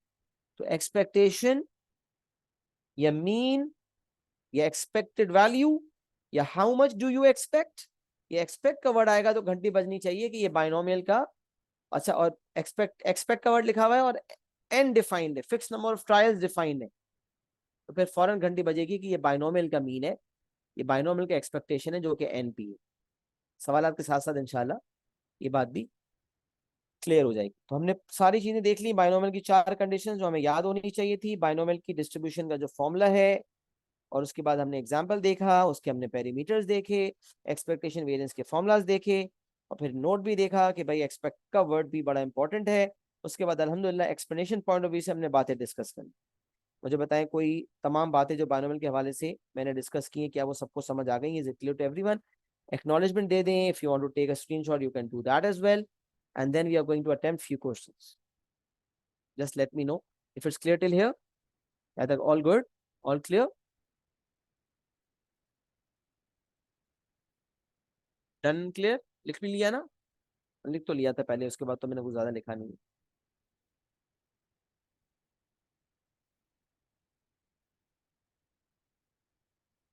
चलिए अब बायनोमियल का हम सवाल करते हैं, पहला सवाल देखते हैं, और उसके लिए हम जो है थोड़ी देर के लिए इसको क्लियर कर देते हैं। The mean number of defective batteries in packs of 20 is 1.6. अब देखिए मीन का जिक्र है और इन पैक्स ऑफ 20 का जिक्र है। अब पैक्स ऑफ 20 का मतलब तादाद डिफाइंड है, तादाद का मतलब ही फिक्स नंबर ऑफ ट्रायल। तो मीन का जिक्र है और फिक्स नंबर ऑफ ट्रायल का जिक्र है, तो आप समझ गए ये मीन कौन सा वाला मीन है, ये बाइनोमियल का मीन। अच्छा अभी तो बाइनोमियल के टॉपिकल में ही हूँ तो मुझे पता है बाइनोमियल का सवाल है, लेकिन इस सवाल में तो खैर लिखा हुआ भी बाइनोमियल डिस्ट्रीब्यूशन का इस्तेमाल, नहीं भी लिखा होता तो भी ज्यादातर लिखा हुआ नहीं होता, सही है। और जब एयरली में आता है तो घंटी बजनी चाहिए कि बाइनोमियल का सवाल है, इसलिए मैं आपको एयरली की तरह बता रहा होता हूँ, जैसे कि आप एक पूरा पेपर कर रहे हो एयरली, और उसमें से आपको पिक करना है कि ये बाइनोमियल का सवाल है या किसका सवाल है। तो the mean number of defective batteries in packs of 20 is 1.6। इसका मतलब आपको एन दिया हुआ है और मीन 1.6 है, इसका मतलब एनपी 1.6 दिया हुआ। आपने कहा मेरे पास एन है, मेरे पास एनपी का आंसर है, तो यहाँ से पी आ जाए, 1.6 डिवाइड बाई 20 करोगे तो आपको सक्सेस डिफाइन हो जाएगी। अब सक्सेस है क्या, क्योंकि डिफेक्टिव बैटरीज की बात हो रही है, इसका मतलब मुझे लगा कि डिफेक्टिव बैटरीज के आने की प्रोबेबिलिटी सक्सेस हो गई, और डिफेक्टिव बैटरीज का ना आना फेलियर। तो पी जो है वो डिफेक्टिव बैटरीज के आने के चांसेस है, और क्यू जो है वो डिफेक्टिव बैटरीज के ना आने के chances. Use a binomial distribution to calculate the probability that the randomly chosen pack of 20। अच्छा अब यहाँ से ये डेट इन्फॉर्मेशन जो दी थी ना एक लाइन, ये इसलिए दी थी कि ताकि मैं एनपी को 1.6 से इक्वेट करके पी निकाल, जब पी आ चुका तो वहां से क्यू भी आ चुका। अब मुझे कह रहा है बाइनोमियल डिस्ट्रीब्यूशन को से कैलकुलेशन करो। Use a binomial distribution to calculate the probability that a randomly chosen pack of 20, मतलब एन 20 है, will have more than 2 defective batteries. इसका मतलब डिफेक्टिव बैटरीज का आना मेरे लिए सक्सेस है, और ये सक्सेस 2 दफा से ज्यादा आई। तो probability of more than 2 defective batteries का मतलब 2 से ज्यादा सक्सेसेस, क्योंकि इस सवाल में डिफेक्टिव बैटरीज का आना सक्सेस। तो ऊपर जब मैंने पी निकाला था तो जो पी आया होगा वो डिफेक्टिव बैटरीज की प्रोबेबिलिटी हो गई होगी, probability of having a defective battery when a battery is chosen, and q जो है 1 माइनस पी करके आ जाएगा। तो this is what I have done. First part पहली लाइन को देखकर, n p 1.6, n is 20, p is not known, p आ गया, पी आ गया तो क्यू आ गया, और एन तो पता था 20 है। और फिर जब वो अगली लाइन पे आए बाइनोमियल डिस्ट्रीब्यूशन का इस्तेमाल, in packs of 20 more than 2 defective batteries, तो probability of x is greater than 2। हमने कहा अब एन 20 है, ग्रेटर देन 2 का मतलब 2 से 20 तक जाऊं, इतने आउटकम्स कौन करेगा? सर ने बताया था डायरेक्ट अप्रोच लंबी हो तो इनडायरेक्ट की तरफ चले जाया करो, तो ग्रेटर देन 2 की तरफ जाना था तो लेस देन इक्वल टू 2 पे आ गए, मतलब 1 में से लेस देन इक्वल टू 2 को माइनस कर दिया। ग्रेटर देन 2 चाहिए था तो ग्रेटर देन का ऑपोजिट होता है less than equal to, equal to नहीं, ग्रेटर देन का लेस देन हो गया, और इक्वल टू नहीं था तो लगा हुआ यहाँ पर। तो ग्रेटर देन का ऑपोजिट होता है less than equal to, less than equal to 2 का मतलब हो गया 0 1 2। तो 0 1 2 निकाले 1 से माइनस कर, अब 0 1 2 कैसे निकलेगा? 20 C0 P power 0 Q power 20। ये चीज ऑप्शनल है, ये चीज ऑप्शनल है, जरूरी नहीं है। क्योंकि इसका भी 20C0 भी 1 होता है, ये भी 1 होता है, ऐसे ही लिख दिया। खाली 0.92 पावर 20 लिखते, वो भी सही था। फिर 20C1 P power 1 Q power 19, 20C2 P power 2 Q power 18। ये सारी कैलकुलेशंस आपने अलग अलग की और इन सबको आपने ऐड कर लिया। ऐड करने के बाद आप लोग एक साथ ही कर लें, आप अलग अलग निकालने की जरूरत ही नहीं है, कैलकुलेटर में एक साथ डालें, बस मल्टीप्लाई का साइन यहाँ पर जरूर डालिए। और अगर आप यहाँ लिखते ही नहीं है, कैलकुलेटर पे सिर्फ यही चीज लिखते हैं, तो यहाँ पर ये लिख दिया, यहाँ पर मल्टीप्लाई का साइन डाल दिया, यहाँ पर भी डाल दिया। इन सबको प्लस करेंगे तो 5 SF में आंसर आ रहा होगा 0.78790 आ रहा होगा शायद। तभी मैंने 5th SF नहीं लिखा, क्योंकि वो 0 होगा। 1 में से इसको माइनस कर दिया, आंसर आ गया 0.2121, राउंड ऑफ करके 0.212। ये आपका पहला सवाल हो गया। इसको आप अपने पास जो है वो लिख भी लें और मुझे एक्नॉलेज भी करें। Is it clear? Is it clear and done? Are you clear with it?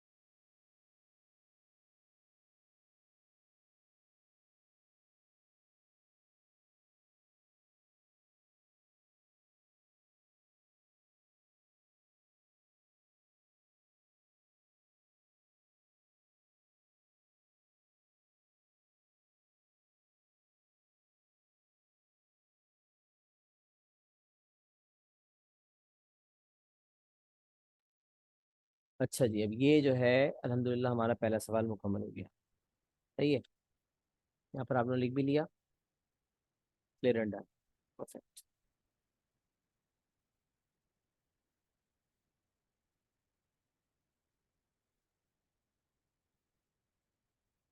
अच्छा जी, उसके बाद हम आ जाते हैं क्वेश्चन नंबर 2 पे। टू अनबायस्ड टेट्राहेड्रल डाइस, क्योंकि टू है इसलिए प्लूरल लिखा हुआ है डाइस। और टेट्राहेड्रल डाइस, अगर आपने पढ़ा है मेंसुरेशन, अगर आप मेंसुरेशन पढ़ा हुआ है आपने, तो आपको पता है टेट्राहेड्रन होता है वो जो ट्रायंगल बेस पिरामिड होता है। तो बेस पिरामिड, पिरामिड का बेस ट्रायंगल होता है। और यूजुअली तो हम रेक्टेंगल बेस, स्क्वायर बेस देख रहे होते हैं, बट अगर ट्रायंगल बेस्ड है तो फिर एक ट्रायंगल बेस में होता है और ऊपर भी 3 ट्रायंगल्स होते हैं, तो 4 फेसेस होते हैं। तो ये टेट्राहेड्रल डाइस है, मतलब 4 फेस्ड है। खैर, अगर यहाँ किसी को मतलब नहीं भी पता तो आगे उसने खुद ही बता दिया कि 4 फेसेस, इसलिए मतलब किसी को नहीं भी पता तो कोई मसला नहीं होगा। तो two unbiased tetrahedral dice each have 4 faces numbered 1, 2, 3, and 4. The two dice are thrown together and the sum of the numbers on the faces on which they land is noted. अब दो डाई को फेंका गया और दोनों के 4 4 faces हैं। Two dice are thrown and together and the sum of the numbers on the faces on which they land is noted. दोनों डाई को फेंका गया और उनके जो फेसेस पे नंबर्स आए, फेसेस जिस फेस पे वो लैंड कर रहे हैं, उन फेसेस पे जो नंबर्स आए उनका सम लिया गया। Sum of the numbers on the faces on which they land is noted. Find the expected number of occasion. जैसे ही आपने वर्ड पढ़ा ना, मैंने कहा था घंटी बजनी चाहिए एक्सपेक्टेड का वर्ड देखकर, तो बस एक्सपेक्टेड का मतलब ही एक्सपेक्टेशन है। अब अगर एक्सपेक्टेशन पूछी गई है तो मतलब मीन पूछा गया है, और अगर fix number of trials defined है तो बाइनोमियल वाला मीन होगा। कह रहा है find the expected number of occasion on which this some is 7 और मोर when the dice are thrown together 200 times. Fix number of trials defined है, मतलब n 200। 200 दफा फेंकने पे कितनी दफा तुम एक्सपेक्ट करते हो कि तुम्हारा सम 7 या उससे ज्यादा है? क्योंकि जब दो डाइस को एक साथ एक दफा फेंकोगे तो सम आएगा, दूसरी दफा फेंकोगे तो सम आएगा। तो कह रहा है कि 7 सम जो है 7 और मोर कितनी दफा आएगा? अगर मतलब कितनी दफा तुम एक्सपेक्ट करते हो, कितनी दफा आएगा तो कोई भी नहीं बता सकता ना। How many times do you expect कि तुम्हारा जो, जब तुम दो टू डाई को फेंकते हो, इनका पेयर फेंकते हो, डाई डाई 2 फेयर डाइस फेंकते हो, 4 फेस डाइसेस, 4 फेस डाइस जब आप 2 फेंकते हो तो हर दफा सम आता है। वो 7 वो सम 7 और मोर आने के चांसेस क्या हैं, पहले तो ये पता होना चाहिए। इसका मतलब यहाँ पर सक्सेस है 7 और मोर, सम ऑफ 7 और मोर, इट इज अ सक्सेस। 7 या मोर का आना, सम 7 या मोर का आना सक्सेस। तो 7 और मोर आने की प्रोबेबिलिटी मेरे लिए सक्सेस की प्रोबेबिलिटी बनेगी। और उस सक्सेस की प्रोबेबिलिटी को मैं n यानी कि 200 से मल्टीप्लाई कर दूंगा, तो np के थ्रू मेरे पास एक्सपेक्टेशन यानी कि मीन आ जाएगा। अब 7 और मोर निकालने के लिए, प्रोबेबिलिटी निकालने के लिए ये आपको पता होना चाहिए, प्रोबेबिलिटी की स्किल्स लगेंगी, क्योंकि प्रोबेबिलिटी की जो स्किल्स आपने बनाई हैं, जो सीखी हैं, वो तो अब चलती ही रहेंगी, मतलब नॉर्मल तक, आखिरी टॉपिक तक आपको उसको इस्तेमाल करते रहना है किसी भी सवाल में, कहीं भी। तो आपने कहा यार 2 डाइस हैं और दोनों में 4 आउटकम्स हैं, तो आपको सिखाया कि 2 डाई फेंके जाएं या स्पिनर और डाई कोई 2 चीजें हो रही हो, तो उस केस में आप पॉसिबल डायग्राम बनाया करो।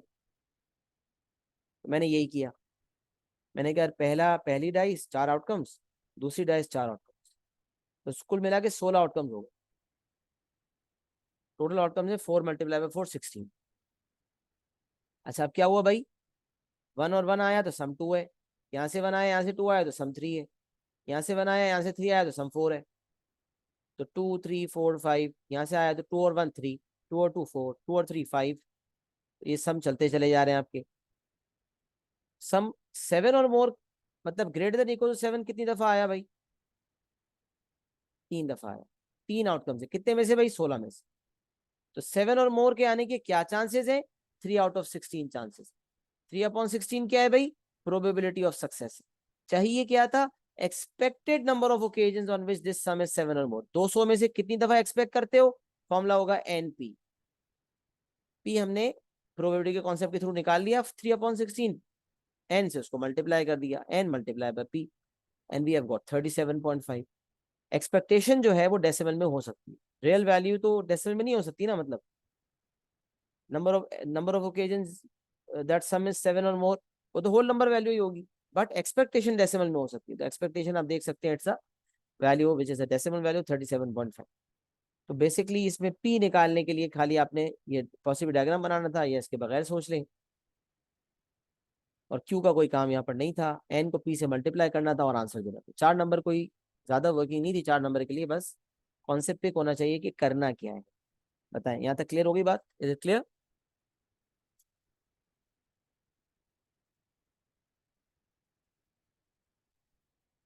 कॉपी भी कर लें, क्लियर एंड डन लिख दें, तो आगे बढ़ रहे हैं इंशाल्लाह।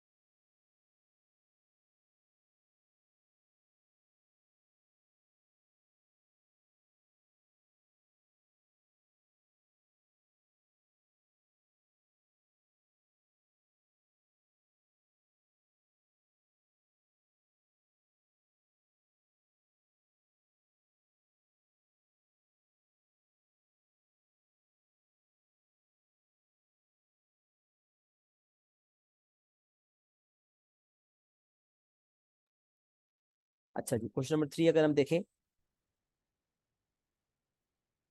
Crysta takes her dog for a walk every day, the probability that they go to the park on any day is 0.6. If they go to the park, there's a probability of 0.35 that the dog will bark. If they do not go to the park, there's a probability of 0.75 that the dog will bark. अब देखें, आपको सवाल का scenario, अगर आपकी practice probability की अच्छी है तो आपको बिल्कुल ट्री डायग्राम वाला सिनेरियो नजर आ रहा है। तो अब इसमें क्या होगा कि आपके कुछ पार्ट्स प्रोबेबिलिटी के होंगे, कुछ बाइनोमियल के भी हो सकते हैं, कुछ मतलब इस केस में तो खैर नॉर्मल नहीं है, मतलब नॉर्मल अप्रोक्सीमेशन वाला एक एस्पेक्ट होता है जो कि मिक्स हो सकता है, वो आपको नॉर्मल में मिलेंगे। भारत बहुत सारी चीजें मिक्स हो सकती है, लेकिन जब तक कि आपकी प्रैक्टिस नहीं होगी ना सफिशिएंट, तो आपको मसला हो। इसीलिए मैं कहता हूँ जो जो टॉपिक करवाता रहो सफिशिएंट प्रैक्टिस करके माइंडसेट बनाते रहो। इसीलिए मैं थोड़ा टाइम देता हूँ आपको कोशिश करने के लिए, ताकि आपके दिमाग में एब्जॉर्ब हो जाए। जल्दी के चक्कर में हम रहते हैं ना, तो मसला होता है। इसलिए कॉन्सेप्चुअली अपने आप को सॉलिड करें। Krista takes her dog for a walk every day. The probability that they go to the park on any day is 0.6. If they go to the park, there's a probability of 0.35 that the dog will bark. तो मैं क्या कर रहा था, tree diagram बनेगा तो कैसा बनेगा, park and no park, 0.6 and 0.4। Park ले गया तो bark and not bark, barking के 0.35, नॉट बार्किंग की 1 माइनस 0.35 हो गया 0.65। इसी तरह no park, then bark and then no bark, already given है 0.75 एंड 0.25। ये हम लिख देंगे। ट्री डायग्राम बनाना आसान, लेकिन जरूरत है या नहीं अब देख लेते हैं। Find the probability that they go to the park on more than 5 of the next 7 days. अब अगर आप पार्ट नंबर 1 को देखें तो यहां पर इसने गोइंग टू द पार्क की बात की, that they go to the park, going to the park की बात हुई। इसका मतलब जिस चीज की सवाल बात कर रहा हो वो मेरी सक्सेस। सवाल जिस चीज की बात करेगा वो मेरी सक्सेस। सक्सेस की डेफिनेशन क्या है, गोइंग टू द पार्क। अब इसके लिए ट्री डायग्राम बनाने की जरूरत ही नहीं है, क्योंकि गोइंग टू द पार्क की प्रोबेबिलिटी तो फिक्स डिफाइंड है, फिक्स्ड है। सक्सेस की प्रोबेबिलिटी फिक्स होनी चाहिए, तो पार्क जाने की प्रोबेबिलिटी फिक्स होनी चाहिए, और वो फिक्स्ड है। फिक्स नंबर ऑफ ट्रायल्स वाली बात लग रही है, sorry probability of success constant लग रही है। Probability of success is constant, is fixed, constant है। और इसीलिए जब कांस्टेंट है तो इंडिपेंडेंस भी अचीव हो गई, दो कंडीशन तो साथ ही मीट हो जाती है। फिर क्या fix number of trials defined है, हाँ भाई 7 दिन डिफाइंड है। अच्छा भाई सक्सेस एंड फेलियर, हाँ या तो पार्क जाएंगे या पार्क नहीं जाएंगे, तो पार्क का जाना सक्सेस, पार्क का ना जाना फेलियर। तो सक्सेस एंड फेलियर वाली कंडीशन भी मीट करना मुश्किल नहीं है, वो तो मीट हो ही जाती है। और अगर सक्सेस की प्रोबेबिलिटी डिफाइंड है तो वो इंडिपेंडेंस वाली बात भी मीट हो गई, सक्सेस वाली भी, तो 3 कंडीशन मीट हो गई। Fix number of trials defined है तो चौथी भी मीट हो गई। तो एक दफा बायनोमियल लगाने से पहले ना कंडीशंस देख लिया करें। इस सवाल में कहीं लिखा हुआ तो नहीं है बायनोमियल है, बट कंडीशंस रिकॉल कर लिया करें। कंडीशंस रिकॉल होंगी आप बोलेंगे या बस मसला ही नहीं है, सवाल आपके कदमों में आ जाएगा इंशाल्लाह। तो एन हो गया 7, पी और क्यू डिफाइन हो गए। पी 0.6 है पार्क जाना, और क्यू हो गया 0.4, और एन हो गया 7। और मोर देन 5 का मतलब number of successes more than 5 है, तो एक्सेस ग्रेटर देन 5 निकालना है। ग्रेटर देन 5 का मतलब है 6 या 7। P Q N N, greater than 5 में 6 एंड 7 है। 7C6, 7 में से 6 successes, P power 6 Q power 1, 6 successes 1 failure. और आखिरी वाले में 7C7 पी पावर 7, 7 के साथ successes, P power 7 Q power 0। तो ये लिखना ऑप्शनल, ये लिखना ऑप्शनल, जरूरी नहीं। सिर्फ ये लिख के भी काम हो जाता, 0.6 पावर 7, क्योंकि इसका भी आंसर 1 है, इसका भी आंसर 1 है, तो यही काफी है खाली। सही है, तो ये पूरा लिखना चाहे लिख सकते हैं, बट जरूरत चीज क्या जरूरी है मैंने आपको बता दिया। कैलकुलेशन करेंगे, आपका आंसर 5SF में जो आएगा, 5SF वाले आंसर को आप राउंड ऑफ, मतलब सॉरी नॉन एग्जैक्ट आएगा, तो अगर नॉन एग्जैक्ट आएगा तो पहले 5SF में लिखेंगे, फिर 3SF में लिखेंगे। और अगर एग्जैक्ट है तो एग्जैक्ट लिख देंगे, नॉन एग्जैक्ट है तो 3SF में राउंड ऑफ करके लिख देंगे, लेकिन पहले 5SF लिखेंगे फिर 3SF लिखेंगे, याद रखें। क्योंकि अगर आगे कहीं इस्तेमाल हुआ तो फिर 5SF यूज होगा, जरूरी नहीं है आगे इस्तेमाल हो, लेकिन हमें तो नहीं पता होता, इसलिए हमारी आदत होनी चाहिए 5SF पहले फिर 3SF। पार्ट नंबर 1 भी हो गया। सब पार्ट नंबर 2 में क्या है, find the probability that the dog barks on any particular day. Find the probability that the dog barks on any particular day.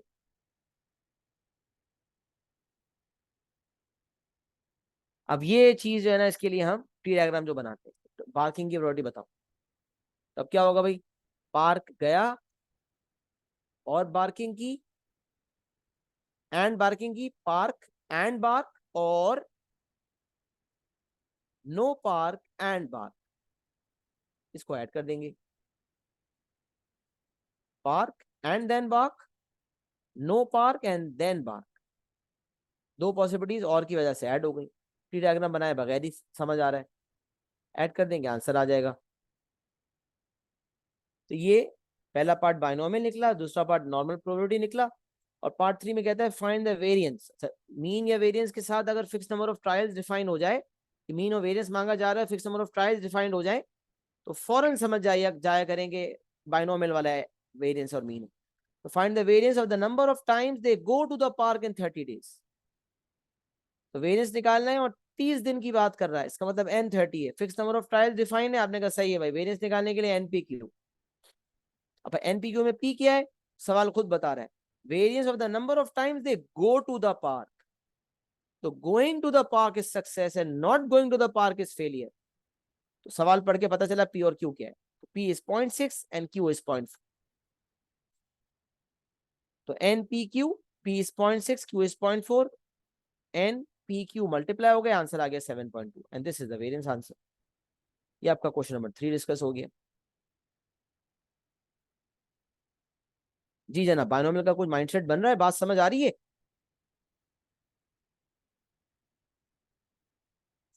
Is it clear to everyone?